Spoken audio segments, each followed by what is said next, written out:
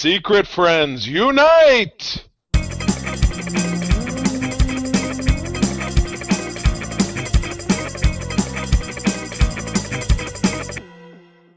Welcome to the Secret Friends Unite podcast, episode 535. It's a palindrome, and we are your guide to the geek side. And this week, it's a week with no major releases, so we're going to have a little fun in the Thunderdome. But I am Todd Oxtra, joined by Charlie Carden, and let's just say blue the 90s are not back. Shirt week. We're both wearing blue shirts. I happen to be wearing the blue shirt of this is my son's small business. He's a taxidermist. April and I did an oddities expo here in Grand Rapids in his stead because he was doing one out of state, and we had a lot of fun. It is top shelf people watching and extremely well attended. Those shows are packed with people enjoying that stuff, so that's nice. But it's not as packed as like a Comic-Con where everybody stinks and you can't move. I mean, you know how it was when you and I went to a different crowd. Last time you and I went to Fan Expo Chicago, it was I got short of breath because there was too many people and there was not oxygen to breathe. That's not the kind of show I want to go to. But it's a cool crowd. And what's the name of Nate's business? It is I'm going to read. It is Goblins Oddities, but ODD Oddities. And he does taxidermy. Is there another way to spell oddities? No, I take that back. It's Goblins Auditorium. Auditorium. Okay. Not so, auditorium. Yes, there did, you yes. go. That makes sense. And if you're interested in what I'm talking about, you can find him on Instagram under that handle. Toss a link in the show notes. So yes, we will. No, I'm excited to help out. We went Tell them down, Charlie sent you, and you get a no % discount. Exactly. You get a kindly virtual high five. No, we went down to Cobo, which is now called something else in Detroit. Cobo is now called Huntington Place. And because the show was there last weekend, and got to see him in action. Also, my brother-in-law was down there with my niece. And turned around, there he was, because my niece is really into that stuff. We all got to hang out for a second, and then he said, I'm going to New Orleans to do this show, and so would you guys help me out with this one?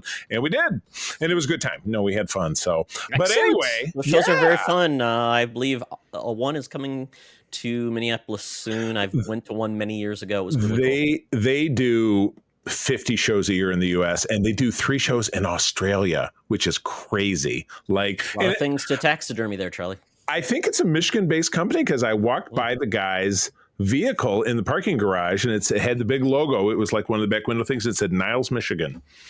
So I don't know. But anyway, it's super cool.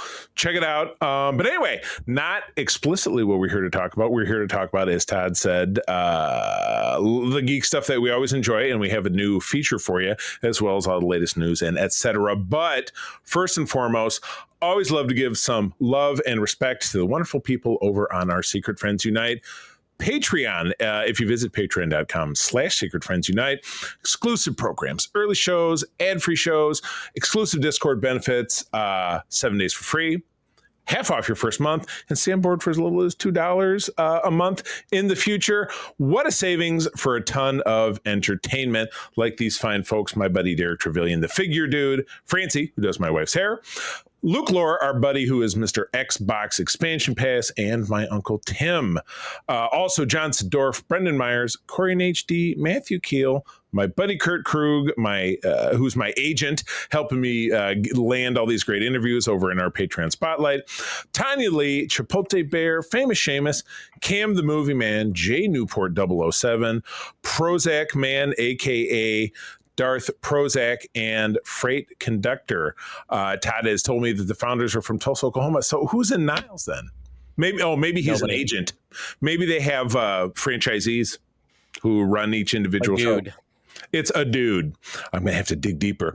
And then naturally, at the top shelf, our number one folks when it comes to the Patreon world is the exceptional Nias family. Sean, Stella, and Henry out there in the Twin Cities. We salute you. Again, patreon.com/Secret Friends Unite. Try us out for 7 days. I think you're going to want to stick around because there's a lot of fun content there that you'll find. All right. Well, Todd, you picked a cover this week that is near and dear to my heart because Charlie. This one has been in my collection in the past. Now, as very famously, I've had comic collections 3 times in my life. I had my childhood one, which I had to sell 15 years ago. I was down on my luck, needed the money to make ends meet. I started again several years later, got disenfranchised with it about 5 years ago, sold it all. And then recently I started again, and I collect old out of print comics, but I recognize this one. But what I don't really know is what the hell happens in it. So this is Marvel. Charlie, let's go. Marvel premiere. And again, if I was to lean in to try to squint to see the date of when it came out, I could. But as always, I like to try to decode it by the cover price. Now we have a 30-cent cover price on Marvel premiere issue 35, featuring 3D man, like 3D. 30-cent cover price is going to land it, and I'm going to go with 1978. Okay. So let's get into this, Charlie. All right. So this comic, 77, January 4th, 77. So close, but no cigar. I said 78. You got me. See, there you go. But I was thinking you're trying to horseshoe it. This would have been out at almost the exact same time as the original Star Wars came out, because that came out Memorial Day weekend, 1977. There Crazy. you go. They're very close together in everybody's heart and mind. Theaters, so, yes. Marvel premiere featuring 3D, the 3D Man. The 3D Man. There was another one. But Marvel premiere was just a comic with just rotating stories and uses to basically introduce characters. And basically, this is the first issue. It's the action-packed origin of a startling new superhero from the fabulous 50s. So Heads up, Hitman, I'm coming for you. I'm crashing through a newspaper, and there's nowhere you can hide from me, especially if you're reading the newspaper. Kill him or we're finished. The 3D Man is a weird look because he's green and red, just like glasses. He is split, not entirely symmetrical across the board in colors. So it's like a green fest or red fest. So it's kind of alternating all out there. So it's very fun. But Charlie, 3D Man, beyond this, you own this comic. So at this point, I want you to tell me what happened in this comic. I have owned it. I'll say it. I owned it in the past. I don't know that it's currently available for reading on Marvel Limited, for example. We'd have to look. It's possible, because there are some issues of Marvel Premiere that are available, but I don't have the foggiest, and I understand even less why this being introduced in 1977 is a character from the fabulous 1950s. So there's obviously context here. So I mean, educate me. What's the deal? I would love it if my link actually told me what happened in the book. It just tells me basically there's a lot of people mentioned in the book. But I will tell you, 3D Man, go to Wikipedia. So basically, this is interesting. So this was created by Roy Thomas and Jim Craig. And basically, Roy Thomas said he described 3D Man as a homage to Joe Simon and Jack Kirby's character, Captain 3D. So there you go. And then the character's origin, I'm looking for his powers and things. Powers and abilities. The Chandler brothers received their superhuman abilities through exposure to an unknown radiation and explosion of a skull starship. Hal Chandler could, by concentrating the image of his brother, Chuck, imprinted on his glasses, summon a superpower version of his brother 3D Man. Chuck had a telepathic link with Hal, who would lose consciousness and become comatose when the 3D Man is active. And it's apparently a synthesis of Chuck and Hal's minds. So that's like a Firestorm, right? Like DC Comics? Kind of, yeah. Like the professor and the young kid. Yeah. Okay, as his name suggests, 3D Man is 3 times as strong, fast, and durable as military pilot Chuck Chandler. Sensory acuity of each of his 5 senses is 3 times more powerful. In addition, 3D Man and his limited quasi-telepathic ability to perceive the distinctive aura of the Skrull race, even when a Skrull has assumed another form. So putting him in the 1950s, which is weird because in like all comics, there's a time slide. So even then it's like, well, that was 20 years ago, but now it was, 50 years ago or whatever it is, if it was currently. But the Skrulls, we didn't see those until they came out. They originally debuted in Fantastic Four, I think, issue 2. So this is a pre-appearance of them, I assume. So even though, essentially, this is like one of those flim flams, Charlie. Remember, it's blanking on the character's name, Sentry. Oh, he was crazy. Like the same thing. Basically, this was a hero that was from the 50s, and then he comes back, and he comes back to fight crime again because of something. So essentially, it is a character from the 50s who was never created in the 50s, but essentially got brought forward. Yes. And Absolutely I fantastic. could not tell you. He was there was in What If number 9, FBI agent Jimmy Woo brought the 3D man together with several other heroes. Okay. Basically, he was in the 2006 miniseries Agents of Atlas. Oh yeah, we read that. We read some of that for the show. That's about it. Other than that, I don't have. There's not a lot of other appearances by him. He was in the Avengers Volume 3, 1998 as Triathlon. There we go. Okay, so he's the same dude. He's a black guy. Yeah. He's a black guy in that anyway, but yeah, he could have been somehow race swapped because, why not? I mean, and again, it was the 50s, so you can understand why he'd be wearing a mask if he was black. I know, it doesn't make it right, folks, but that's the way it was, and that sucks. Oh, here we go. Oh, this is what it was. So the Chandler's brother power was stolen by Jonathan Tremont. Triathlon. Oh, I read that issue because I've been trying to make it through that Wade run because I've read a portion of it. Some of it is really very good, but with all things in comics, they're like, now this other thing came out. So it's like a little further down the line and stuff I need to catch up on. But I read that issue. I swear to you, within the last few months. But I didn't, my thought that Triathlon Man, 3D Man, I remember this cover, but just didn't really remember anything else about it. So, yes, I'm curious if this is on Marvel Unlimited because I'll give this a crack. I'm interested, but if it's not, I'll have to hunt for it. And I mean, it might be in my comic collection. You know what? Let me take just the quickest of looks because I do have my list here. Let's have a look. Marvel Premiere. I do have this issue. I have issues 35 and 55. 55 is this whole story about Wonder Man. I own this. So I should go into my box. I should pull this up. That's you fantastic. should, Charlie, because you know what? Reading is fundamental, and you'll never know about 3D Man unless Did you say it was fundamental with a T? Fundamental. That's me fail English. Recognizes it. Yes. That's impossible. Well, someone who I know is a real crack reader and you don't want to see in 3D would be our senior news correspondent, Madam Webb. Yikes! Even back then she was 77, but these days at 125 years young, she's out sweating to the oldies on the corner of Hollywood and Vine out there in Hollywood, California, getting all the latest news for us. So let's check in right now. Now it's time for Madam Webb's Rumors and News. Take it away, boys. Thank you, Madam Webb. Madam Webb, we had 3D Man, and you know what? Remember in the 50s when you had all those gimmicks in the movie theaters, and you decided that you were going to try to parlay the power of smell-o-vision into a career. Let's just say it did not go well when you decided to say, oh, we're at the seaside. Here's some rotten fish smells. Did not work well. You were fired. And unfortunately, you still have all those fish smells ready on hand, still trying to make a money deal. So anybody want some fish smells? Check her out. Even scratch and sniff stickers don't last. So we'll see how it goes.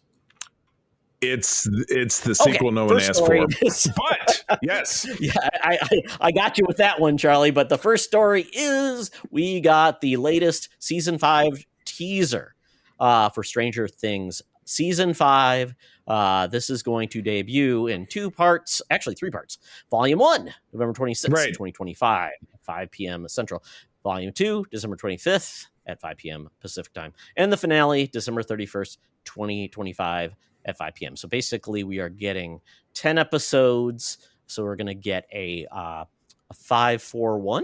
Is that how it is? Right. 5-4. That's kind of a countdown. That's 2/3 of a countdown. 4-5-1. I'm not 100% sure. This article from IGN doesn't definitely say it, but we did get all the episodes, names, and links, and they're going to be very long. We're talking movie length episodes. The shortest of which is 2 hours 10 minutes. The longest of which was the finale is the length of Endgame. It's over 3 hours. And I hope it's time well used. It's funny, you and I were talking in the pre-roll that basically people bitch like, oh, these streaming seasons back in the old days, we got 26 episodes and blah, blah, blah. If you do the math on this, it's 16 hours of entertainment, which equates to 18 to 20 episodes at the 43-minute length mark. I don't, you know what? I don't do the math. That's not my job. I'm just a talking head. But yeah, this is a lot of entertainment, and nobody is really going to be like, all right, I'm going to sit down and knock out 10 hours in like 1 week. This is going to be some digesting time. So, but we were talking that the previous season of this was on in 2022. That's a long time ago. And these kids do not have continued to age. And Millie Bobby Brown in particular, who's been in an absolute John ton Bon of stuff. Jovi's son now. I mean, that's how far we've come. Yeah. And she, she's taken a lot of flack in the media for her appearance, which I think is ridiculous, but she definitely looks older than perhaps she is. Because was she 19, 20? How old is she? She's 20, 21, but she's married now, so that's the crazy part. Yeah. Being married that young exactly. is silly and ridiculous. I'm sure it'll last forever because Hollywood relationships always do. You got to knock out her. I'm glad to have it.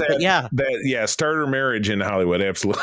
Yeah, this is 10 years in the making. This whole series, when it came out, these guys were all kids. These folks are all kids. We had, obviously everybody that, Winona Ryder got a career explosion from this. It was great to see her back. Then we got, if you think about it, David Harbour, became huge because of the show, and lots of these actors have gotten really, famous. And 10 years is a long time. And, at this point, yes, we kind of have to push away the incredulity of basically these kids. Suspend your disbelief. Yeah, I believe the year this launched was 84 in their time, and this is now 87. So 3 years total is kind of the range. So obviously they would be what? Were they freshmen or junior high? I feel like maybe they were going to seventh, maybe. Yeah. Well, yeah, they wouldn't even be. So they would be sophomores if by that math. Maybe. But again, with 3 years gone by and with such a very, to me at least, kind of dense plot line in the previous season, I don't remember a ton. I know Vecna is the big bad guy, after the Upside Down was quote unquote defeated, or, Will was able to escape from, and that was in the first season. This is season 3, 4. It's only season 3. Or 5? The show? This is 5. Yeah. Yes. So I will give you the log line for this, Charlie. It says, scarred by the opening of the rifts, our heroes are united by a single goal, find and kill Vecna, but he has vanished. His whereabouts and plans unknown. As the anniversary of Will's disappearance approaches, so does a heavy, familiar dread. The final battle is looming, and with it, a darkness more powerful and more deadly than anything they faced before. To end this nightmare, they'll need everyone, the full party, standing together one last time. And we also saw that Linda Hamilton is in this. I posted a meme several days ago. They said, how effed up are things in, was it Hancock? What's the name of their town? Hampton? It's H something. Hamilton? Whatever the name of the town, if they have to bring in Sarah Connor to clean up the mess. And she looks, if you look at Hawkins, there you go. Yeah. Which is, I believe, I work in Indiana. I believe it's a made up town, but regardless, it sounds like a very Midwestern town kind of name. But yeah, there's a picture of her at the bottom looking with kind of an 80s bouffant cop lady haircut and weapon drawn. Very Golden Girls. That's like Rue McClanahan. She's kicking ass. Blanche is out for booty and blood. Out for blood booty.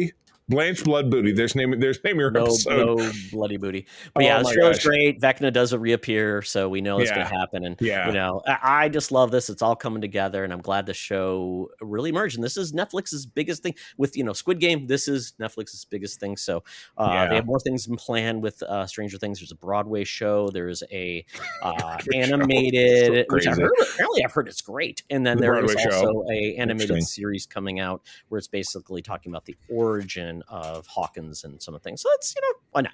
Have fun with it. The origin of, is it going to be like the origin of Derry in It, where it's like, Hawkins was always an evil place because blah blah blah. This one's going to be set in the late 50s, early 60s. Oh, there you go. Okay, interesting.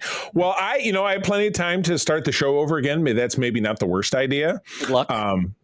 Because it's long. The episode you have until Thanksgiving. Exactly. And I wonder if Netflix is really looking to capitalize on heritage fans of the show maybe being home for the holidays to hey, let's watch it as a family. Some kids home from college, who have been These watching kids it who are forever. watching junior high now are Yeah. obviously now in college. Yeah, to your Exactly. point. So they're home, and hey, you know what? Thanksgiving dinner, and then last season of that It's is a on, and let's football catch up. alternative for a lot of people, right? If you're Yeah, into football, you got this. valid. Yeah, that works. So yeah, we got the whole cast. So Millie Bobby Brown, who again they show a picture of her, and I feel like she's aged more than the rest of them, but I'm not putting her down. But she just looks so very different. But yeah, Quite honestly, she's turned into a woman. I mean, that's the biggest part. She's 21, 20, or the rest of the boys kind of look goofy. Yeah, Some look worse than where what's the older brother of Will? Man, that guy always looks haggard. Yeah. So Finn Wolfhard, David Harbour, as you mentioned, Winona Ryder, Sadie Sink, Gaten Matarazzo, Noah Shapp, and Caleb McLaughlin round out the Heritage cast, and then, like you said, Linda Hamilton, Sarah Connor coming in to get some blood and booty or whatever it is. So yeah, I'm excited. Definitely need to get myself right with continuity of it, so I kind of know what's cracking. But gotta have a recap. Gotta recap. Everybody needs a montage. All right, so you made me watch this next trailer, and I was like, I don't know if this is a continuation of the movie that came out a couple of years ago, which was trash, but I do like Carl Urban very much. So yeah, Mortal Kombat 2, is this a sequel, or is this just named after the game? So it is a sequel, but I think where they're going with this is saying, forget about the first movie, because obviously that was okay. Great. It had some cool things to it, but it was not very good. Not very good. This one, I'm hoping that they're going to just be a little bit more, have a little more fun with this, be more faithful to like the game. Actually, have a character from the game be actually the main character versus the last one where they said, "Hey, let's introduce someone that hasn't like what? Why would you do?" There's like 80 characters. So Johnny Cage has always been like the big, the goof. He's the old action hero. He's Claude Van Damme. He's all of these different actors, and in all in one, and that is what they're leaning into. Basically, you get to see Johnny Cage's past basically all the names of the 80s movies or his or 90s. They're like all in like Cage does something or just jokes, which I love. And then he's all in it, and he gets dragged into this. He's basically washed up, but he's looking for a chance to redeem himself. So we got Carl Urban. Just, he's a geek god. I mean, he loves that. Yeah. He does, like, Alan Tudyk, all those guys, they love doing these type of things. So it's very, very fun. And I mean, basically at this point, we are getting some returning characters. Obviously, some characters died, but then we are getting some new faces as well, some new villains. And really, that's all you have to know. The Katana is going to be in there. Shao Kahn, who's like a big bad, and then Carl Urban. But other than that, it's just, it's basically, it's a big fighting tournament, and a lot of people are going to die and get split down the middle. And that's all it is. It's fun. Get over here. Split down the middle, which is exactly what we end up seeing in this trailer. But this was a Red Band trailer that's out there now, which obviously you can find on YouTube, with full of a lot of guts and gore. I was looking for maybe a little bit more humor, but I know this stuff is a little bit more up your alleyway because it's the dumb fun and it's the fighting and it's the But it's kind of video game where you've got dudes with horns fighting dudes in dimensions. You guys stand like this. Seeing the first one, Borowski at Michigan State, and we just had a good time with it. And the second one is one of the worst movies ever. So there you go. Well, it looks like this a October 24th. So this comes out during. It's going to be released in theater. The first one was on Max when we were in COVID, and it was at home. Yes, and that's why I saw it. I will tell you, it's unlikely that I will see this, but I will be interested. I will be interested in your impressions. I'll watch it for you, Charlie. All right, you'll do a Fantastic Four 2015 for me. Absolutely. All right. Well, this was news, and it's Taika Waititi news, which is plenty exciting because Taika Waititi has left the pure faith of being rumored being part of Star Wars and having been part of the MCU, and now he's out on his own, taking on Judge Dredd. So, what's going on with Judge Dredd? So we are getting apparently a new Judge Dredd film. This is the third movie. Taika Waititi apparently read Judge Dredd, those AD comics, whatever they were called. They're big overseas. He was a big fan of it, and he wants to direct this. And he wants to incorporate more of the comic book storyline, basically more faithful to it versus the two versions we got. So he's been basically, and he's going to be working with Let's see. Drew Pearce. He was the Rogue Nation, Mission Impossible Rogue Nation screenwriter, and he also did The Fall Guy. So they wanted to work together. So Drew Pearce will write the script. Taika will direct this. So that tells me two things. I really loved the Fall Guy movie. I thought it was great. Yes. Really good. And then essentially, Judge Dredd's been around since the 70s, which is just crazy. I had no idea. Sylvester Stallone 1995 film, which was weird and dumb with Rob Schneider. I mean, for me, to me, that's just when I thought the character came into existence because, again, I had my Marvel blinders on. I knew Marvel, I knew DC, and a scattering of independent stuff, but I'd never heard of Judge Dredd. Who's the OG publisher of Judge Dredd if it's been around since the 70s? It's a UK title, I believe. I can't remember. It's like AD 2000 Comics, something like that. There's the title for it. But yeah, he's been around forever. And John Wagner was one of the writers and illustrators. And yeah, he's been around forever. Kind of like before, right around that time that, before Punisher or around Punisher, that time Judge Dredd came out, basically, I am the law, kind of that type of thing. With judges Rob that can Schneider. basically, judges that can arrest you, sentence you, and then execute you, which is kind of fun. And there's bad judges, there's good judges, and totally fun. Yeah. Totally legit. Yeah. And then we got the second one in 2012 with Carl Urban, and Alex Garland wrote that, which is crazy. I forgot about that.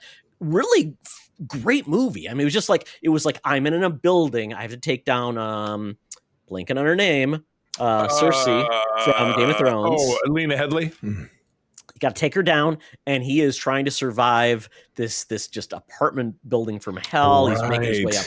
It was just balls to the wall. Like, it was based on, I believe, it was great. It was based on a movie called which sucks. There's a blanking on a name, but there's an Asian film that is it's called The Raid, and it is basically so many films have taken inspiration for that film because it's about basically a guy trying to get up a building. So everybody steals from it, but so it's great. Rain. And then so this one, it sounds like I guess they're going to be looking to make the new film. It's going to be produced by Chris Kingsley, Jason Kingsley, not Ben Kingsley, and Ben Smith. It'll be Shakespearean level quality. Yeah, so we don't know who's going to play it. We don't know when this is going to happen. And then quite honestly, when this will actually happen and who will actually, it says Vertigo Entertainment is producing this. So I don't know who Vertigo produces for, if they're just independent and they'll find the studio. But Taika making this happen along with Drew Pearce sounds like they can make this happen. And man, I don't know. Judge Dredd, Charlie, who should play the new Judge Dredd? Oh my God. I didn't want them to get rid of Carl Urban, but who's a really rough hewn, not an old guy. It's not like a Statham, but who is a, how about Reacher? Oh God, absolutely, perfect answer. Because he'd be, you're right, but maybe not dour enough. I don't know. Jack Reacher can be pretty dour. Jason Momoa. I mean, he could probably do it too. Hey, bro, I'm the law, bro. I'm trying to think of who's got that attitude that brow, that you can cover up half your face for almost the whole film. Yeah, and just go, right. Yeah, just you have to emote with your lips emoting. Oh God, yeah, juicy red lips. Oh my goodness! Yes. All right, what else? So I had the same window open twice. What happens next? Avengers. We're getting a new comic. It's from the Classic Age, and it's basically tinged with what they're saying. Basically, we're getting Alex Ross is back to the realm of the Fantastic Four with the release of his graphic. Oh, we saw that, the full circle. Sorry. Oh yeah, I'm just moving on. Yeah, that was great. Basically, based on that, this is very similar, and then we're going to get a similar version with Chip Kidd and Michael Cho doing a story for the Avengers called The Veracity Trap, the second entry in Iram's line of Marvel Arts releases. So we had Full Circle was the first one. This one's going to include Captain America, Iron Man, Thor, Wasp, Giant Man, and Hulk. Original lineup. The Earth's mightiest heroes go toe-to-toe with Loki as he summons a veritable monster mash of creatures from across the multiverse. The art is definitely in that feel of the 80s or the 60s art, which is cool. Pop art, I love this. And essentially this is going to probably be like Full Circle, where it's going to be that bound, nice collection, one shot, which I think are great. I picked. The art looks amazing. It's got Fin Fang Foom Charlie. It's got I know. all these. I picked up my copy of that Fantastic Four at State of Comics, which is in Plymouth, Michigan. Great shop, great shop. It's funny looking at this lineup, and I'm just looking at the cover. This is the original team lineup plus Cap. But at the time Cap came along, the Hulk in like panel 3 of episode 2 was like, oh, fuck this, I'm out of here. And then he never came back. Maybe they got him back. Yeah. This is like, August 5th. Yeah. August 15th and or August 5th. And this is a book I will probably just purchase physical just because when they do these books, they're great to display, put it on your shelf. Yeah. I love this. I love the fact that we can go back to specific times and have an art style and have like kind of like a not canon, or maybe they decided to make it canon, but it's kind of a nice look back. Yeah, I figure since I have the first one, I'm curious how they decided to involve the Hulk. It's funny looking at one of these. It's one of the rare panels where the Hulk has chest hair, which I think is weird because look, and his arms too. So it's like he's furry, which they did with Mark Ruffalo's Hulk a little bit, but that's kind of a weird touch. You know how like in old comics, Jack Curry liked his Hulk men wouldn't have nipples in old timey comics. I'm serious. It's just so weird. It's like, why the hell not? But nipples were hard to draw, Charlie. Sorry. I guess they only had so much drawing technology. Wait, I got it. Circle, dot. No, that's the cootie shot. Okay. Very different. Yeah. Even Mario's got nipples now. It's great. Yeah, right. I would, you know what, if I could go in there and pick it up, I would, but I mean, my travels don't take me to Detroit anymore, but I will see if one of my local comic shop guys has this because I would like to pick it up. That's very, very cool. Good deal. All right. Rounding it up, staying in the Marvel world, sorta. We actually got some Spider-Man news this week that is not about Tom Holland, I'm assuming. Nope. We learned a little bit more about what are they up to? The return of the Sideways of the Spider something? Yeah, so here we've got basically the new updated times.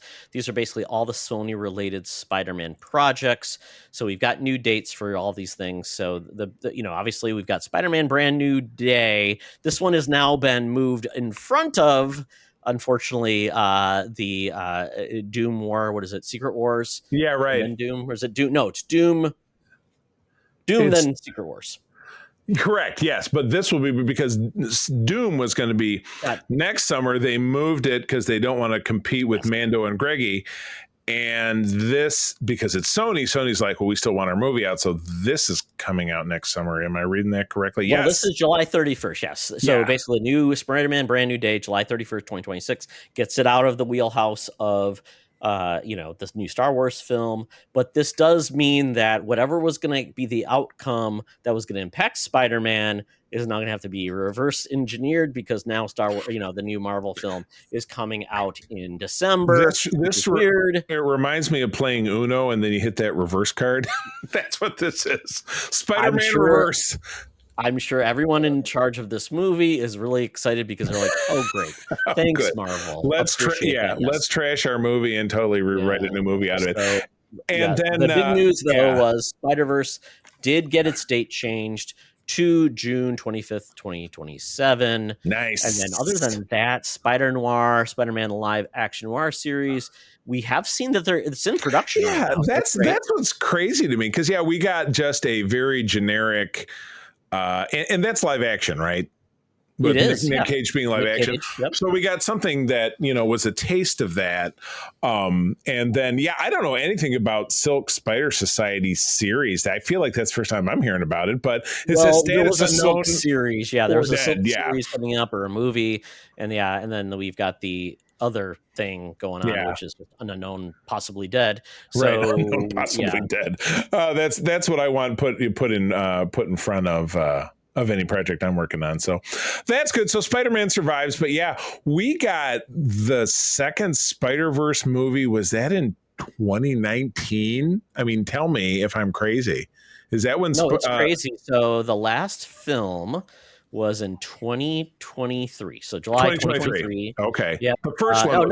Sorry. It was expected to be released March. Okay, here we go. Beyond the Spider-Verse was expected to be released on March 29, 2024, but in July of 2023. Sony changed several of its release dates. And then, we were supposed to get the follow-up in March. we were supposed to get the follow-up in 2024. That's right. So But 2023, follow-up in 2024, but now it's 2027. So we're getting a 4-year gap. Right. Oh, okay. So there was a film out in 2023. Is that what you're saying? Correct. And then we were supposed to get the follow-up in 2024. And it's like, Oh my goodness. wrong. I'm like, I don't know how you can be that far off and be that wrong. It's Right? so crazy. Being a hardcore Spider guy, as you see behind me, I'll be happy when it comes. I like Tom Holland Spider-Man. We've lambasted the Spumco, Madam Web, Morbius, Craven Venom films ad nauseum. So if those can stay away, that would be great. I'm fired up for Spider-Man Noir. That was back in my cosplay days. That was a cosplay I had. It was a character I liked very much. It's a great cosplay for a regular person who doesn't want to wear a Zentai suit because maybe your physique doesn't really support wearing a dancer outfit. Love to wear heavy cloaks and yes, and cloaks at cons. Charlie. Oh yes, if you go to a con that's outdoors in the winter, it's the perfect outfit for you. Exactly. I was going to ask you now, like Cindy Moon, she's obviously Silk, says she has made small appearances in Spider-Man: Homecoming and Avengers: Infinity War, played by Tiffany Espenson. Any of those appearances would have been super background, or they would have been deleted because there was no. We assume the role be recast for this project. So that's interesting. I didn't know she was even mentioned in that. So very much. Okay. Well, Cindy, I don't know if you're familiar with Silk's origin story, but she. Yes, you're familiar. She was at the same science demonstration, blah, blah, blah. Peter Parker got bit by the spider. It fell off. It landed on her foot or something, and it bit her too. So it was a 2-for-1. And then also Peter Parker went to high school with Jessica Jones, and they were pals. So there you go. Famous people you know in school. Anything Spidey is going to do, I'm plugged in for. I'm looking forward to it. But anyway, that takes us out of the news. Todd is at Moe's Bar for some reason, so he's got to get himself relocated to the Geek Easy. I got to do the same because I'm flying it here in the studio. So my Uber is pulling up because I know I'm going to get loaded. But it is that beautiful Cadillac Escalade. Bill is the driver. He's become my regular guy, but he only does AM radio for some odd reason. He's playing this very familiar commercial. Hey, Secret Friends Unite, let me tell you about Zencastr.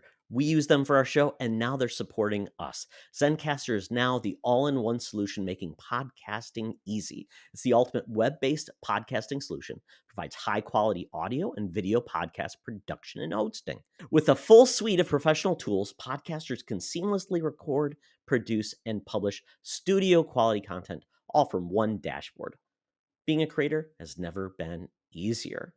And we chose Zencastr because of the ease of use, high quality output, and it makes it super easy for our guests to come on. We had multiple solutions we tried before, and Zencastr has just been the best fit for us. Why Zencastr? It's now super easy to record a podcast with Zencastr. Log in using your browser and start recording a high-quality podcast right away. Record studio-quality sounds and up to 4K video with your guests. Feel a sense of zen knowing Zencastr's multi-layered backups ensure you always have your recordings in the highest quality, even if the connection is unstable. Have you ever worried what you sound like? Zencastr's post-production process makes you sound buttery smooth. It automatically removes those ums and ahs in your recording. It removes those awkward pauses in conversation too. Set the right podcast loudness and levels while reducing background noise with the click of a button.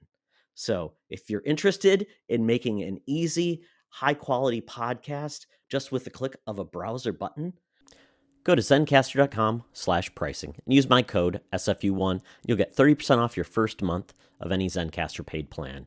I want you to have the same easy experiences I do for all my podcasting and content needs.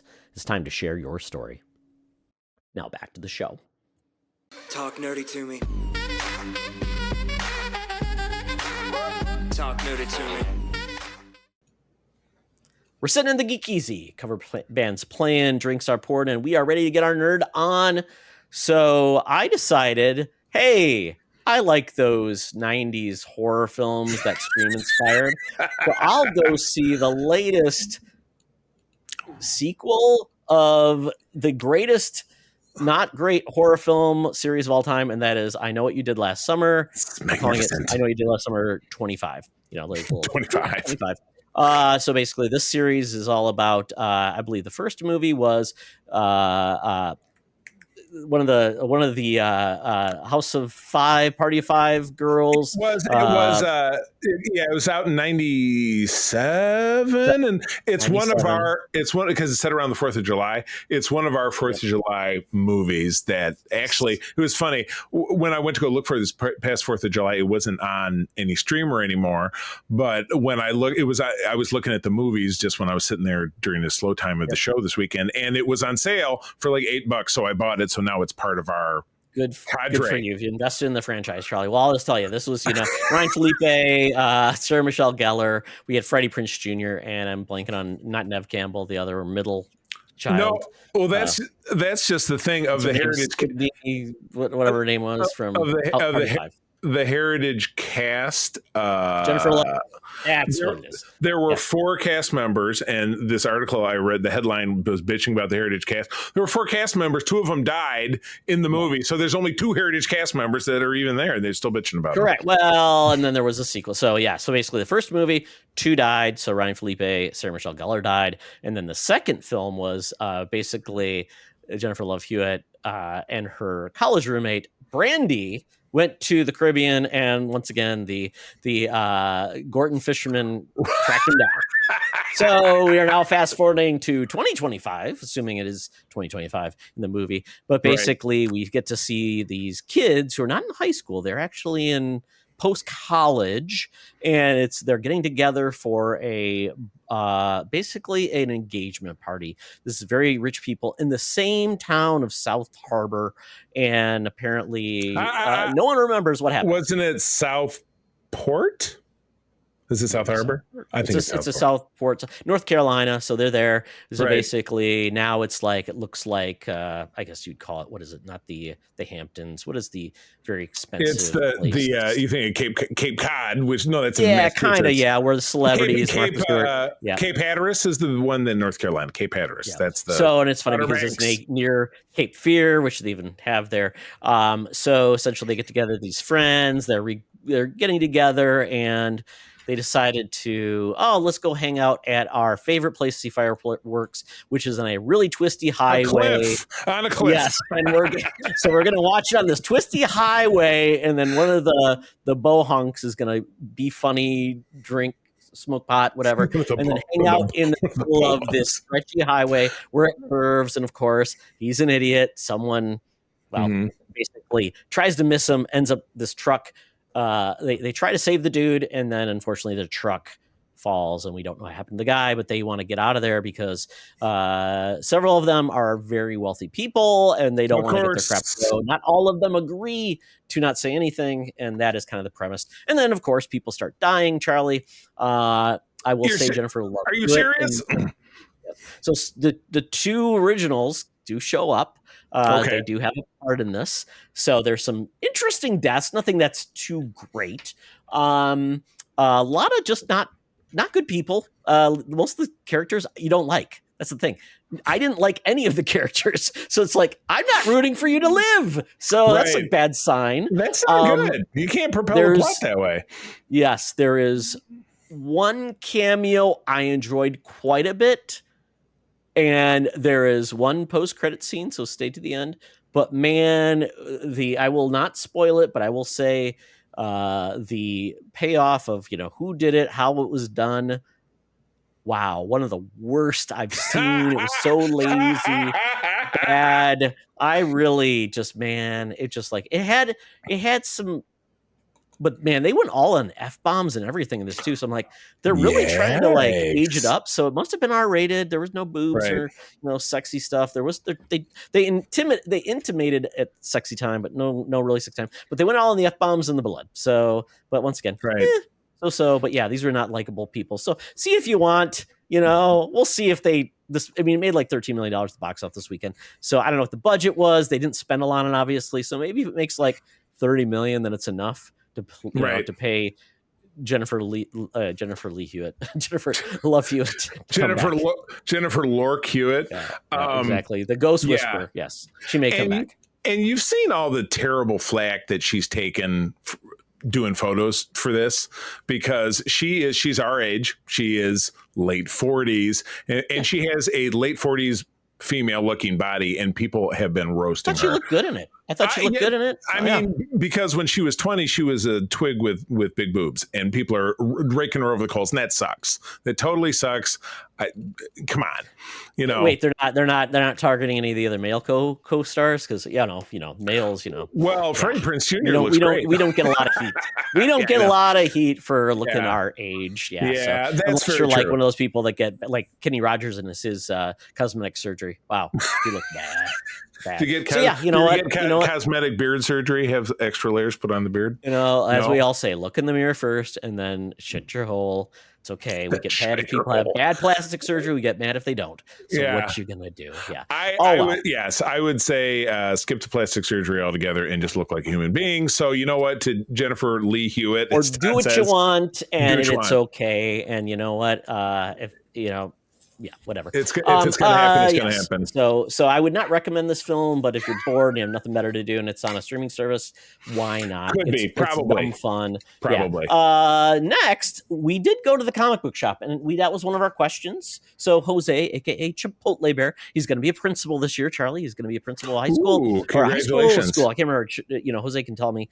I've already given some recommendation to be a good principal. Both of those have principals. So there you go. Exactly. I'm just not sure what level. But Jose did ask, what did we pick up at the comic book store this week? I picked up 3 books, Charlie. I picked up one that I'm going to talk about. It's Archie meets Jay and Silent Bob. So that's the first one. I will F mother F F. I will tell you, man. Archie's doing some interesting there. Then I got Giant Size X-Men #1. This is essentially where Kamala Khan is having adventures with different team members. I love this. It's an Art Adams cover. I'm all in. It's basically the all new, all different X-Men cast. Love it to pieces. And then our new comic book shop, they are getting a lot of different books from different publishers. This one's from Massive, and they have a book called Detective Kaiju, and just a lot of fun. Basically, this detective. He's a kaiju, and he's a detective. So it looks very fun. It's an alternate cover that's black and white. So I'm very excited for that. Now I know you had some things, so if you want to just say really quickly what you got, and then you can talk about those. Super quick. Love my comic shops as I do. I'm a digital reader just by the nature of my travels. So some regular subscriptions I read the latest issue of Star Trek Lower Decks, which has the character Tendi being pursued to repay student loans from a Ferengi, which is a weird plot line worth checking out. The latest issue of G.I. Joe, the Energon Universe Variety, has the Baroness, who's a member of the G.I. Joe team, and CoverGirl, who is her teammate, being stalked by Raptor and Major Blood. Major Blood is out for revenge. Raptor, love it. But the Raptor in this is akin to, and again, the figure they made is from the same mold, basically the Vulture, the version of the Vulture from the Tom Holland Spider-Man, played by Michael Keaton. And Major Blood, who lost an eye to the Baroness in an earlier issue, so he's out for. Okay, makes sense. He's got the eye patch. Or is he missing another eye, so he's blind? He's got 2 eye patches. That doesn't work very well. Okay. Raptor is his emotional support raptor. Exactly. Tell me where to go. And then I'll kill them all, those Joes. The last thing I read, and this is now volume 3 of Marvel's modern incarnation of Star Wars, this is being written by Alex Segura, who is going to be an upcoming interview that we're going to have on Spotlight a couple of months from now. But this has now these are taking place after Return of the Jedi, so it's kind of the answer to Todd's prayers. We do have Han Solo. He's got a cool new outfit. He has a white jacket. He has a white. I think it's a whole jacket instead of a vest. But he's hanging out with the character who headed up the Star Wars bounty hunter title. His name is Burlert Valance, who is an old buddy of his. He's a cyborg bounty hunter. They're hanging out, but they get called to Cloud City, which is now a free place. They meet up with Lando there because an old informant of theirs who was dying crashed there. He had a special message for him, but when they go to see him in the infirmary, he has been assassinated. They try to chase down the assassin, but the assassin escapes. But now Han vows, I'm going to find out who killed him. So he's on a quest. I like that. So yeah, that's what I have. Just a handful of titles I follow on a regular basis. But those are 3 of my regulars. Yeah, and our comic book store is called Story Arc. They are about to get put on the League of Comic Book Geeks like poll sheet, which is great. You can do it online, and then they'll Neat. pull the book. So, and it's connected. It's great. Nice. I love that. That's so great. But the comic book I did want to talk about was this Kevin Smith Presents Archie Meets Jay and Silent Bob. It's written by Kevin Smith, and they had many different covers. Now everything is all about variant covers, which is pretty cool. Absolutely. But man, Charlie, the premise is that Archie is looking for a job, and he goes to the Quick Stop to become a convenience store clerk. So he runs into Randall and what's his name? Like, so Riverdale is also Leonardo, New Jersey. So it's some kind of it's close, maybe across rift in the space continuum. Yeah, there you go. Yeah. So that's what happens, and then remember the character, the secondary that this follows after Dante passed away. So they reference it. Oh, so post Clerks 3. Yep. So, but there's the guy that runs the store with Randall. I can't remember his name, but he basically dresses up like a goth, and he said I was going to be a Satanist. Right. So, so that's in Clerks 2. He's the one who's the crazy about Lord of the Rings, and they have the Lord of the Rings versus the Star Wars OT debate. Yeah.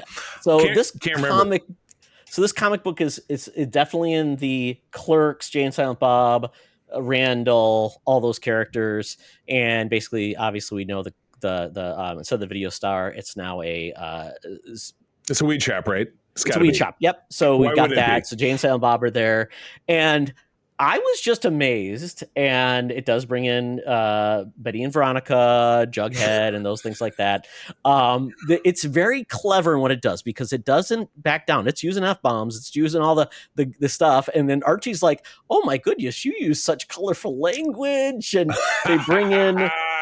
I think you would enjoy this quite a bit, Charlie, because it brings a lot of things like Heritage Clerks jokes. There's a lot of Archie jokes. Oh, I might have to pick it up. I would say Josie and the Pussycats are in this. Oh my gosh, it's very good. It's very good. While we're talking, because I can get it off of. Let's see. So that's Jay and Silent Bob and Archie. Okay, let's see here. Let's pull it up. And available on Kindle for included with my. This has come out and it's free. It's free on Kindle. Is it? Read for free. Okay, well, check it out there then. Yeah. Okay, then I clicked on read for free, so I'm gonna read it for free. Thanks. I feel like I've made a deal with the devil, and I'll also follow Kevin Smith so that I know about his future stuff that comes out. That's fun. Good deal. So that'll be when I boot up my. It's very sharp. My iPad will be there. Yeah. Nice. Yeah, it's very sharp the way it brings in jokes from both Archie and like the View Askew universe. Really enjoyed it, and I just love the fact that Archie Comics is okay with publishing it. It says mature, and it has been around for 80 years. And I love that fact that Archie is just reinventing itself. It's always crossing over, like the Punisher, the Predator. They did like the dark stuff that got us the new Sabrina series. I'll tell you what. I have an analogy in the world of popular music. Archie is Elton John. He's Elton John. He's always teaming up with somebody. That's how he's staying out there. Think about it. Gay and adopting kids in his later age. Okay, you know what? He may take it to that point, or he may do a record with Eminem. More I have no idea. Madonna, I think, right? Reinventing themselves. That's the closer thing. When was the last time Madonna had a hit record? Elton just had a hit record with that Brandy Carlisle. So that's all I'm saying. Elton is doing it right. It's paying off for him. So it is, and so it is with Archie, apparently. Absolutely. Archie and Elton John go hand in hand. And they did have a gay character. That's going to be the next crossover. All right, this next one. Not only did we both watch it, but Peter and I also broke it down in depth on Code 47, which you may have already heard by the time this comes out because it comes out on Monday. But Todd talked about Stranger Worlds season 3, episode 1. Let's do it. Yeah, I love the fact that we basically are picking up from last season's cliffhanger. Our team is kind of in multiple spots where we've got the Gorn has become such a big threat. We're trying to save people that have been affected. We've got people that have been basically abducted, and you definitely see the team at different moments, and there's a lot of great moments. Scotty gets a lot to do in this. It's great with his relationship with, I'm blanking on her name, the engineer, head engineer. Pelia, played by Carol Kane. It's great. We get that. We get, basically we get the team that's been abducted now gets to have to get out of the cocoons or whatever. And I really enjoyed this episode quite a bit. You saw, man, Pike is definitely going through the mill. You saw different points where you thought, man, is he gonna be okay? And he brings it back in, focuses, and I really appreciate what they did. I love the moment with like I said, Scotty, where went through some crap and like he's getting crap and he's like, man, give the dude some grace. And I felt like Pelia did realize that. I think she thought she was doing the right thing. Yeah, pushing him. And, yeah, it was great though. I love the Gorn. I know that Peter does not like what's going on with Gorn, and I like the approach. It's a little different, and maybe there's going to be something where these are different. Like the Klingons, right? They've done this before. Or maybe the different Gorns are different here. I mean, versus this Gorn's here. The big take that we've had, he and I were of like mind. We didn't really care for this episode, but that's the nature of entertainment. It's going to be entertaining in different ways to different people. My rub with the Gorn is much like Discovery being set in this weird period before TOS and having none of the visual aesthetic. They could have just. This is our new villain. They're called the Blorn. And so taking the Gorn and making them 1000% radically different and then saying, okay, well, by the time TOS happens 5 years later, it's going to look like this guy in a rubber suit. That drives us. That and the Spock and Chapel stuff, which flies in the face of what was in the original series. He and I, it drives us nuts. But to your point, for somebody who is not so really dug in with that kind of stuff, it could just be like, that's cool. I enjoy this. I enjoy that, but again, with the Spock and the Chapel stuff, if they made it two other characters, I could like it more. But when you take two characters and just say, well, the backstory you see later on, that's okay. Forget about it. Or somebody will have a brain damage and they won't remember that this happened or something. Everybody that remembers that stuff happened is either dead or you. Just us. That's about it. Yeah, my dad, your dad. I mean, the people that watched originally, the people that are into it, and I totally get that. I mean, there's the people like, man, don't ruin what was there. But once again, to a lot of people that they're trying to attract, they're trying to please both, like bringing something that we know. The rubber suited Gorn, that quite honestly, did he have much to do?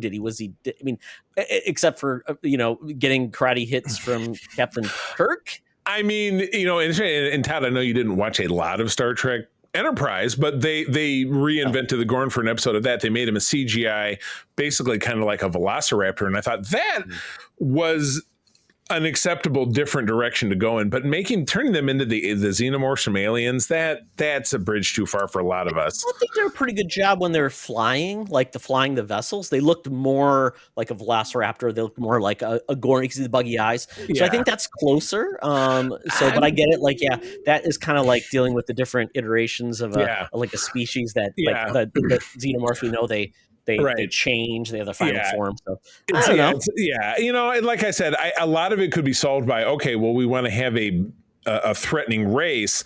Let's make a new one.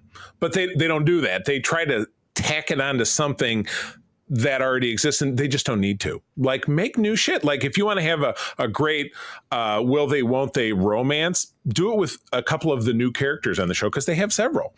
But they're both so dreamy, Charlie. They're both so dreamy.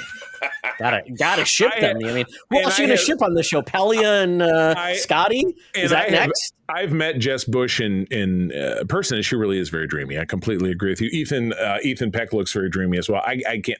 They are the two hottest characters on the show. It's David and Maddie. It's all that stuff. And they're Ross and Rachel. But I will tell you. And again, episode 2 is also out now. They released 2 episodes at once. We only have to talk about the first one.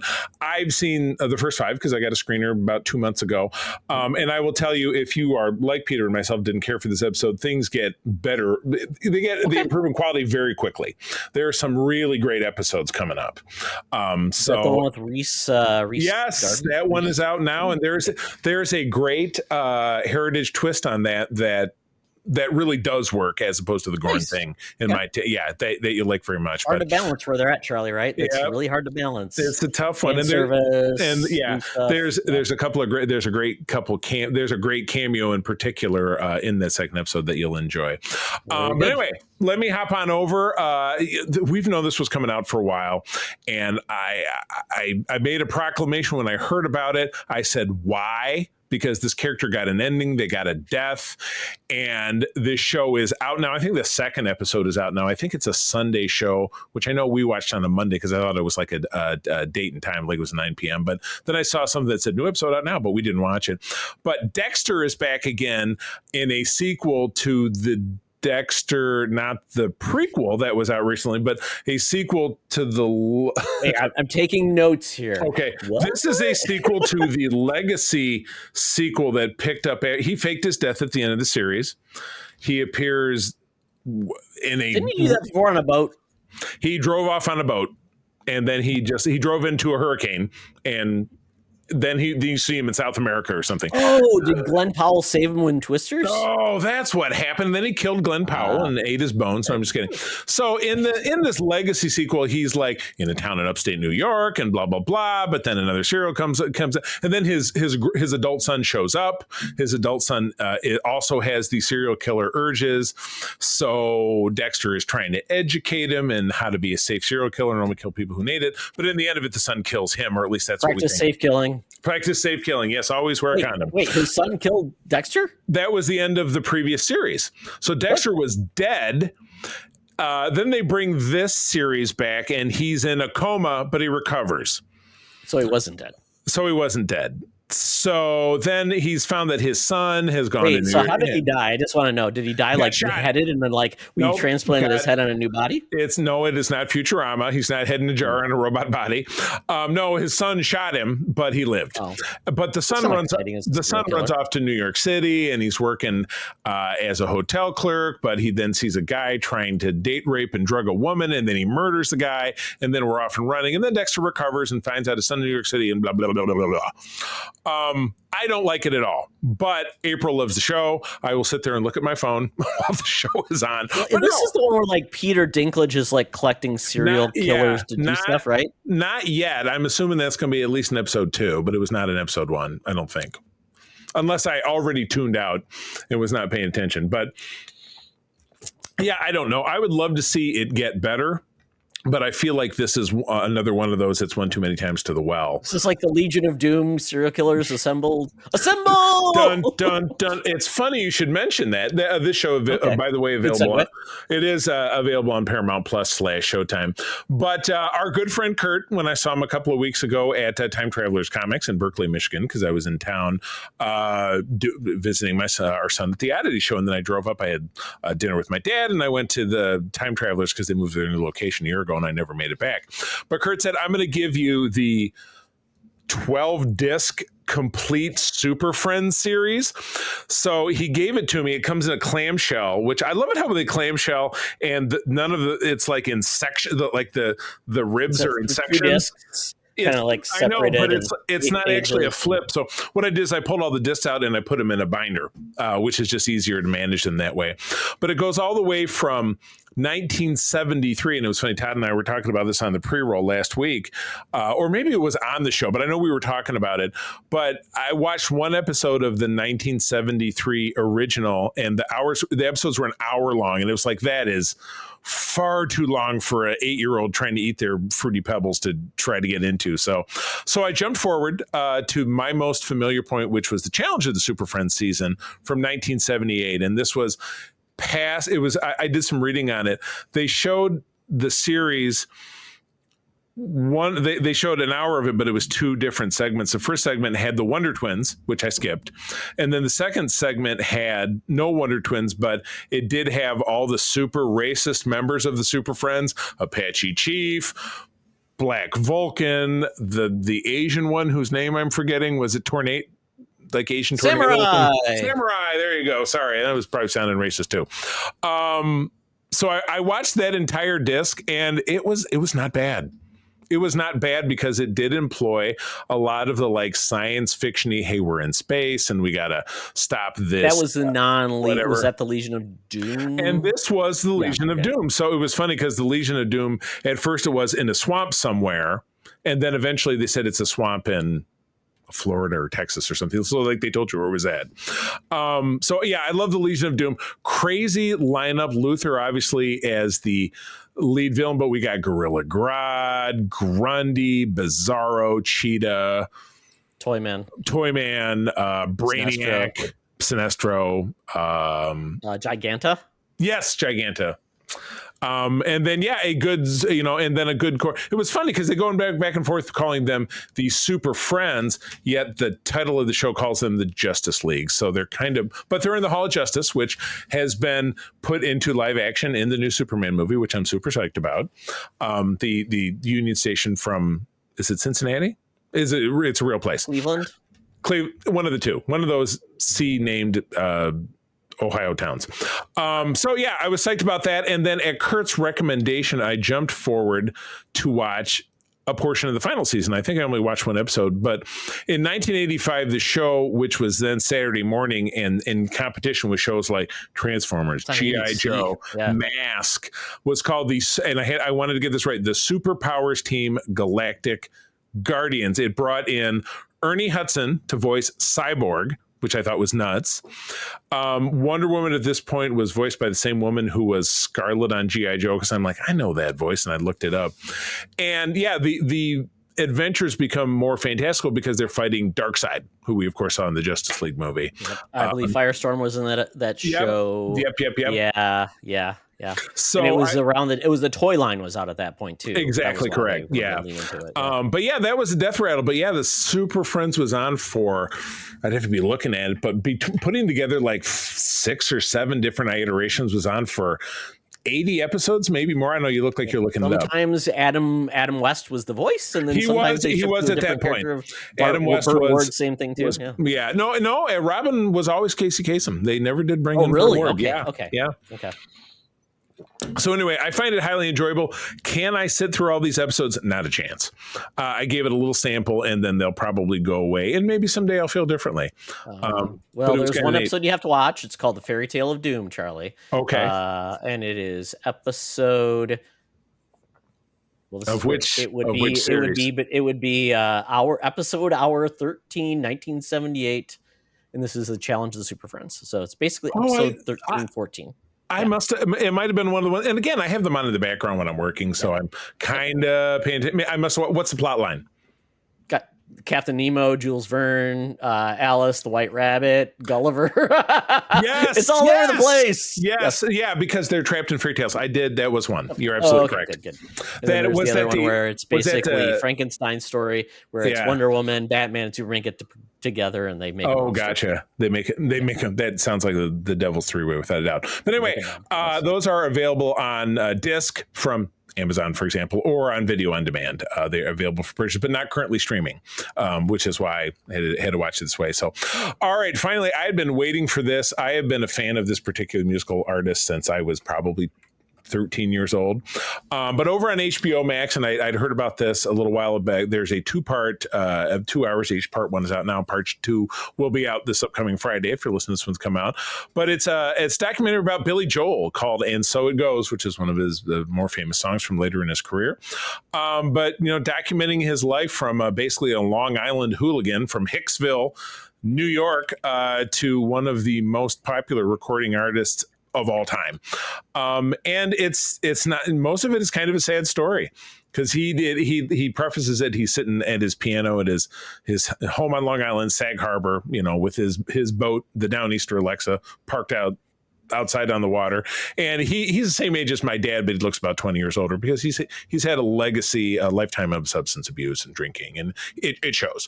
And we do know that he was recently diagnosed with a condition that is going to prevent him from performing because it affects his hearing and his balance. And I follow his daughter, Alexa Ray, who's daughter with Christy Brinkley. I follow her on Instagram, and she's a performer and seems like a lovely person that went into kind of reflecting on that. But the first half of this covers from birth to about 1982-ish, when his storybook marriage with his wife Elizabeth fell apart, and he fell on hard times. And it was before what I assume when we get into part 2, when he meets Christy Brinkley, and he gets into this kind of this Uptown Girl, and Uptown all Girl. settled down, and nothing changed. Yes, it was all smooth sailing. But it's a fascinating story of a guy who just continues to kind of fail forward into success by, as he says very famously, sitting at the piano at the beginning of it, he says, I've made every mistake, and my mistakes were I define myself because I've screwed up nearly everything I've ever done. But yeah, it's whether you're a fan of his music or not, probably easier if you're a fan of his music, because I was toe tapping and singing along the entire time, because I'm pretty well versed in the entirety of his catalog, so I know all his songs, love listening to it. But it is an interesting story. Todd, where do you land with Billy Joel? Casual fan, not a fan, big fan? He's great. There's certain songs I care less about, others I really do. Good Night, Good Night Saigon. Oh, yes. Yeah, a great song, brings me back to when I was in ROTC. They use it because obviously they're, but great, bottle, was it Scenes from New York Restaurant? Oh, There's other God, ones. yeah. They're great. Yeah, some great ones. The more like We Didn't Start the Fire, Uptown Girl, it's like the Rolling Stones Start Me Up. Done, yeah, just stuff that's done to death. Yeah, no, I totally understand. The more radio friendly stuff is less my interest. Yeah. Less compelling. So, but anyway, yeah, it's on HBX now, HBO Max now. Highly recommend. Part 1 is out now. Part 2 is out this upcoming Friday. So, yeah. All right. Well, that jams us out of the Geek Easy. I have my phone out with my Air Qantas app. We've got to get ourselves to the land down under. Hologram Tina and the mutants are waiting for us with Todd's shiny new game called Who Said That? Let's do it. Welcome to another edition of Thunderdome! Thank you, Tina. The mutants have been gathered for a topic or a game to be entertained. And this week, we're playing a new game. I decided, you know what? One of the things we always love to do is like quote movies and things like that. So I said, let's do a game called Who Said That? So I have selected TV and movie quotes. So Charlie and I will go back and forth and trying to guess who said it. And, if you know and we're looking at the source material, not necessarily if you know the character, if you do great, or if you know the actor. So that's really source material, the thing. And if you know the character, great, you're awesome.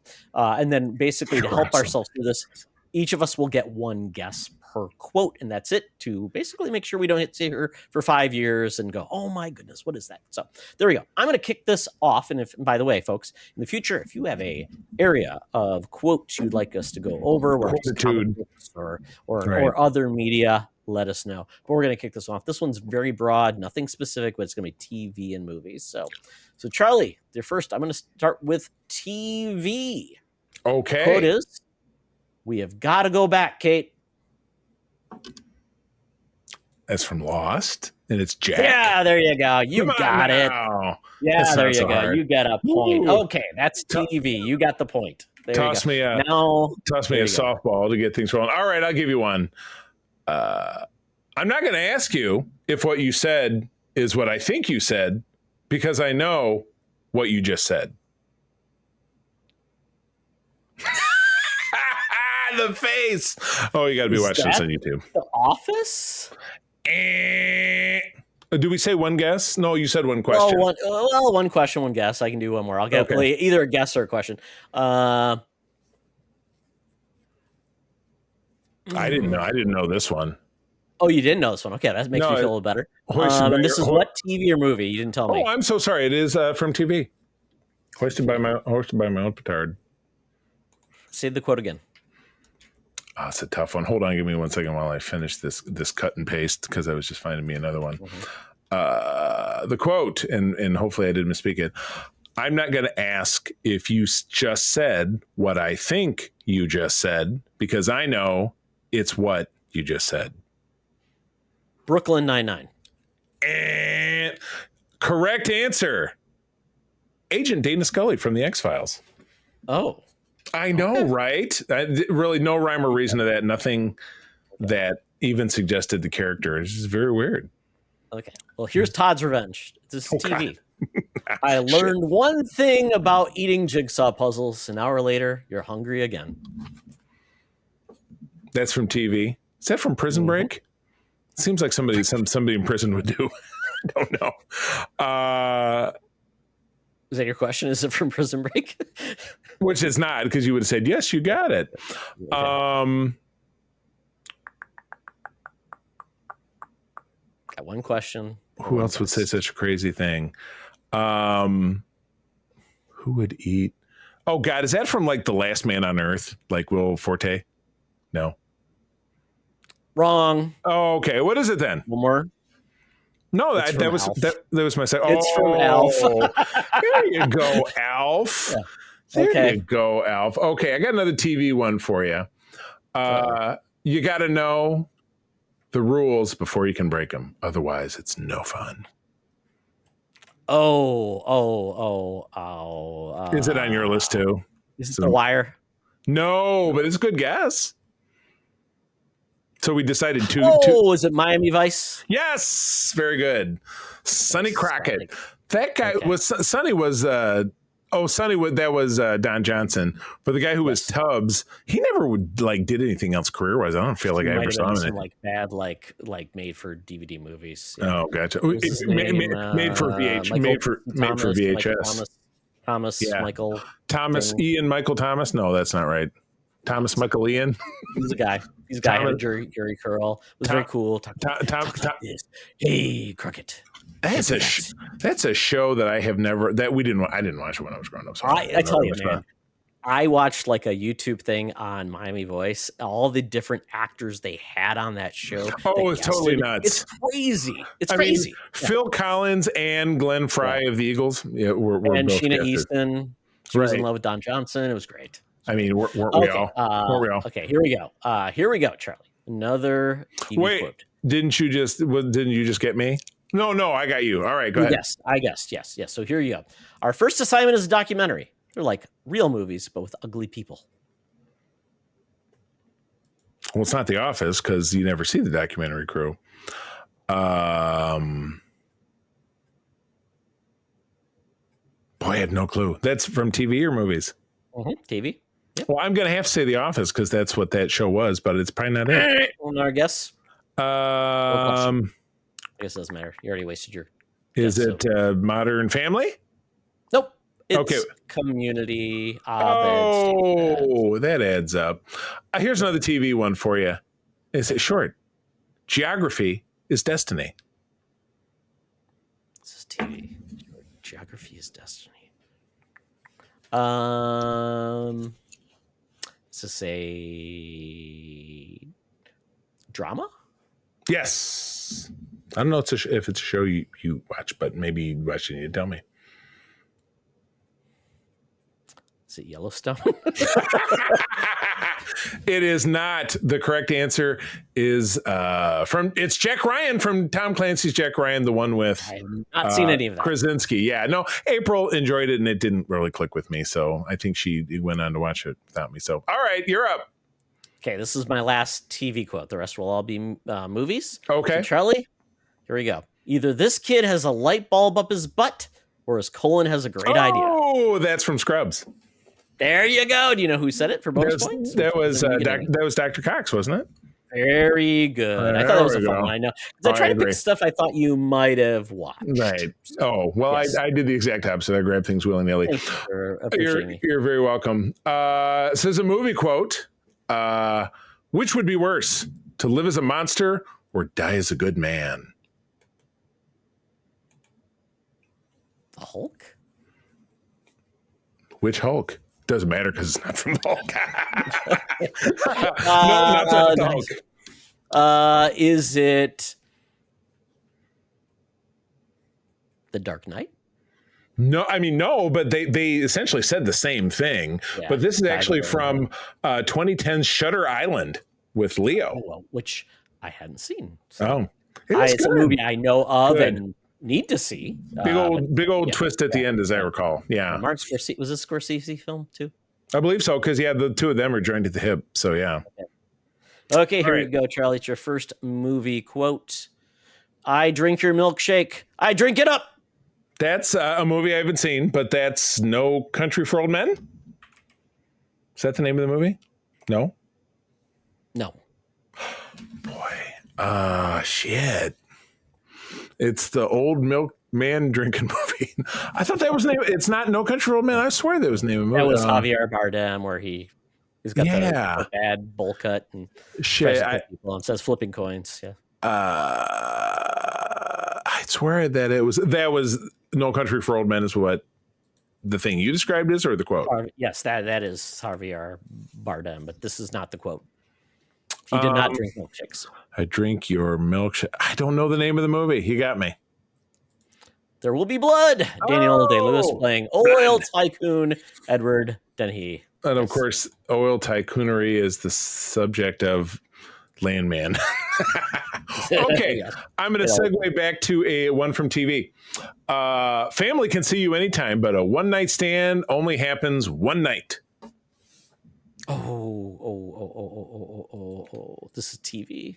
Yes. Golden Girls. It's Blanche. Yes. Who you mentioned earlier in the episode. Very nice. I love a good Blanche. I love a good quote. The Golden Girls is so quotable. I mean, it's such a good show. Yeah. It's like The Simpsons. We need a Golden Girls Next Generation. We need to figure out who's going to be in that trailer. It's a good one. Oh my God. We should do next. We got to figure out an episode. We have nothing to do. We're going to just fan cast The Golden next Girls. generations of shows, right? Next generations. Put it down for like a month from now. Yeah, well, we have nothing. Yeah, because things are real quiet in August. So Yeah, it's the next generation. All right. We're gonna call it that way. There we go. All right. Okay. All right. Next movie quote. Sorry, it was beauty killed the beast.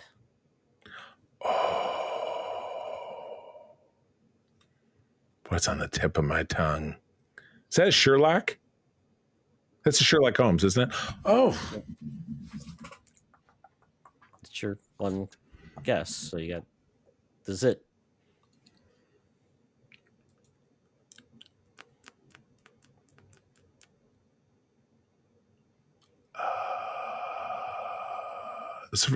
is it Data Sherlock Holmes from Star Trek?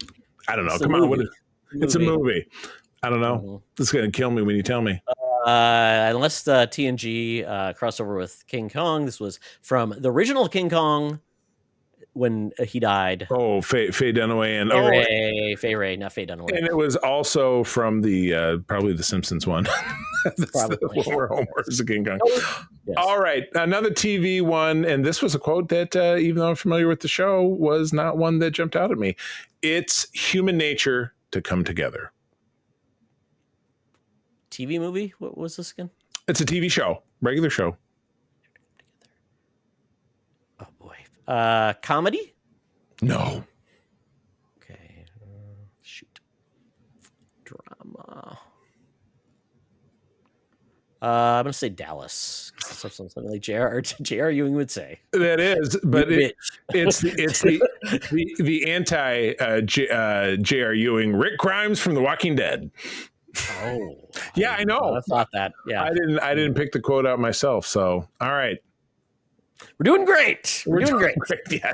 It's Doing a great. good, Oh, well, that's the whole point. it's a good game. Yeah, if I had a little more structure, I probably would have given you a couple more Yeah, we'll have to softballs. figure out maybe a little bit Yeah. more constrained Yeah. because these are very broad. Very I brought broad. King Kong, which is from like 33, 1992. We're all over the board. We're talking things. Okay, so my next quote from the movies is, "Gentlemen, you can't fight in here. This is the war room." Oh, that's easy. That's from Dr. Strangelove, right? Yes, you got it, George I C. love Scott. Movie that Great line. I've never Absolute great line. actually seen, but I know the quote. It's a weird movie where George C. Scott thinks everyone's trying to, they're trying to put things in the water. The Russians are putting things in our water to basically turn us, make sure we can't breed. So, Oh, very good. And it didn't work. But Yes. sometimes I think it'd be great if it worked a little bit. MAGA. Here's a quote. It's from a cinema. Well, I don't want to survive. I want to live. Cinema. I want to live. Cinema. Going to go. Is this a genre film? No. Somewhere realistic. I want to live. Was this?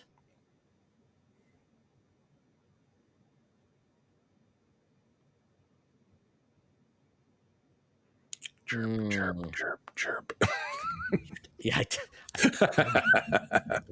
I'm going to say, what's that movie, Jack Nicholson, where he's dating Helen Hunt? As good as it gets. Yeah, is that it? Nope. And that's it.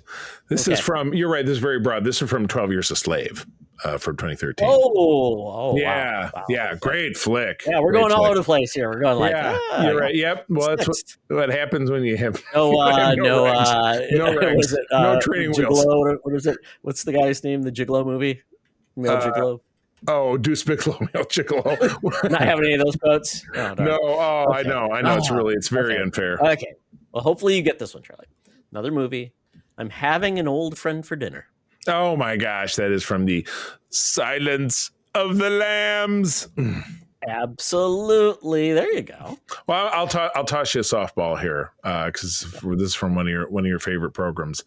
You don't have to look tall to stand tall. My favorite programs? Yeah, absolutely. Oh, Game of Thrones. Yes, you got it. I was thinking about it. I'm like, oh, yeah. Because normally it's the I drink and know things. Exactly. Well, yeah, right. That's what one of the sources you had was just the lamest, most generic quotes that any moron would be like, oh, that's funny. If you're a moron and think things are funny. Ooh, okay. I want to see what we got to go here. Okay, here we go. So I think we're at, let's see, I'm just count up these 1, 2, 3, 4, 5, 6, 7, 8. We have 2 more. So I have, okay. Charlie, I'm going to ask you one. So I have 3. So I'm going to ask you for the last 2. I want to guess you 1, 2, or 3. Would you like 1, 2, or 3 as your next? 2. I don't know. Great. So here you go. It's another movie. What is this? A center for ants? How can we expect it to teach children to learn how to read if they can't even fit inside the building? I consider this one as well. That is Ben Stiller from Zoolander. Correct. Okay. Nice. All right. Movie quote. I'm just one stomach flew away from my goal weight. Yes, I love this movie. It is bitchiness at its best. That is The Devil Wears Prada. Yes, from 2006. That was the assistant, or was it actually the editor who said that? I don't know. This does not attribute that, but yeah, that movie came out in 06, almost 20 years ago. Dang. We're talking about making a sequel, which is kind of crazy. And if you like something like that, I loved Ugly Betty. Ugly Betta. Yeah, Ugly Betta. Okay, Charlie, you have 1 or 3 as your next guess. We'll go with number 1. Okay, here we go. This is a movie. What we've got here is a failure to communicate. It's a movie that very familiar with. Not sure if I've ever actually sat down and watched it. 1973's Deliverance. Ned Beatty. Oh, you're right. Okay, well, I get a second one because my second guess is Smokey and the Bandit from 1978. No. Oh, come on. Who said that? No, Jackie Gleason said that? Yeah, didn't he? Some bitch. All right, what is it then? No, this is a great movie. And actually, I recommended everyone to watch this movie. Just a great acting piece. Just so you know, this is Cool Hand Luke. Southern Martin. I love this movie to pieces. It's such a classic film because it's not a big movie, but it is just a great acting piece. Oh my God, so good. So Charlie, yes, that's where we ended. Do you want the other one I was going to ask you? I have one more. Did we both do 10? That's 10. I could ask you the other one if you're done, but you. Well, I've got one more. So this one goes up to 11. That's the name of the episode. Boom. I am on a curiosity with this TV. I am on a curiosity voyage, and I need my paddles to travel. These books, they are my paddles. Oh God. Shoot. Is this a comedy? No. I think I know what it is. I just can't say it. You can't say it. Can't take that guess. I'm going to guess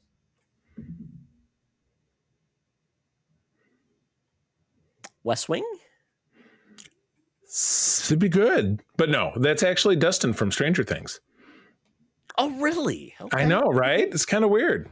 All right, what's your last one? Hit me with it. You didn't say the right, because he had those teeth gone. He's like, You booked my pedals. Oh, come on. That's just rude. I'm just kidding. That's rude. rude. He got his teeth in. He's good to go. No, but it's really cute. He must love that. have used some of that Strange Things money to buy some teeth. Good for He's a young kid, you know. Yeah, I mean, Yeah. like he's fully grown. I was young. I still had my teeth. But anyway, yes. Exactly. Here's your bonus question, Charlie.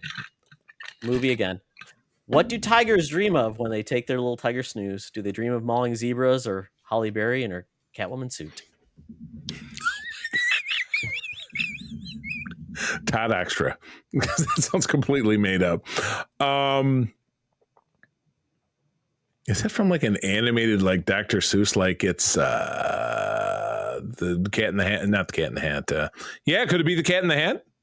No. With Mike Myers? No. No clue. You got me. It's The Hangover. There we go. Oh, this was great. All right, we should add this to the rotation of regular games. Yeah, just so you know, our regular games, when we're really bereft of anything to do, we have a list of regular games that we space out by at least either 3 or 6 months. So you don't hear us do it. So maybe once a year we'll do one particular game. So we keep it fresh. We basically don't have any like movies or anything major. Right. We don't have a weird special topic. It's really just Right. a good time. So we always say when people, if we're going to do a game, please give us a topic or something so we can get into it. So at this point, who said it? Yeah. Who said that? I don't know. I'll come Who up with said maybe a different that? name, but who said that? It'll go in the list. But that was fun. All right. Well, that's the show. And we are now entering the SFU era when we've gone back to basics. It's Todd and myself. Mark has retired. But Peter... SFU TNG. It's like the next generation. Peter is staying on board. He is our associate, kind of our senior associate. He is with me on Holocron and Code 47 as he has been for the past 4 years. So we're very grateful for Peter, as we are all very grateful for all of you, and certainly especially all of our Patreons over at patreon.com/Secret Friends Unite. But that's the show. Todd, where do people find you out there? They can follow me on the Blue Sky at Todd Oxtra at Secret Friends Unite, and then on Threads, Instagram, and SFU at T Oxtra. Just a note, though, my first episode of Co-op Mode, where Mark will no longer be part of the show because obviously retired. So gonna do things some guest co-hosts. That'll be this week. So look for it there. Might be a little different. And by the way, we will also be updating our website and things to reflect kind of our new focus. So as we don't want to distract people saying like, where's Mark? He keeps showing up. So we just want to make sure it's updated and up to our standards and maybe some new art. Yes. Along the way. New art. Exactly correct. Well, good. As always, you can find me over on my big 3 socials, which would be Instagram, Threads, and Blue Sky. I am at the C3THECEETHREE. But I like to spend a hell of a lot of time at our Secret Friends Unite Discord. That is our main spot for interacting with all of you wonderful folks, having safe, fun, and humorous chats about geek stuff and pop culture. Find us on Discord. If you don't find us, ping Todd or myself on any of those socials, say please send me an invite, and you will be in the mix. But with that, friends, thanks for tuning in. I'm going to tell you as always that sharing is caring, and to keep on trucking. Be the hero, not the villain. In a truck. Climbing up that hill. Da-da-da-da-da. Kate Bush, we love you. Beep, beep, boop. This podcast is part of the Secret Friends Unite podcasting network, available on Apple Podcasts, Spotify, and podcast services around the galaxy, as well as video on our YouTube channel. You can support Secret Friends Unite by becoming a Patreon member, get bonus programs and more over at patreon.com/secretfriendsunite. Join our Discord community for even more discussions on all things geek. For all the latest updates on Secret Friends Unite, make sure to follow us on Threads at secret.friends.unite and visit secretfriendsunite.com. Find our merchandise at TeePublic and Redbubble. Thanks for listening, and may the Force live long and prosper.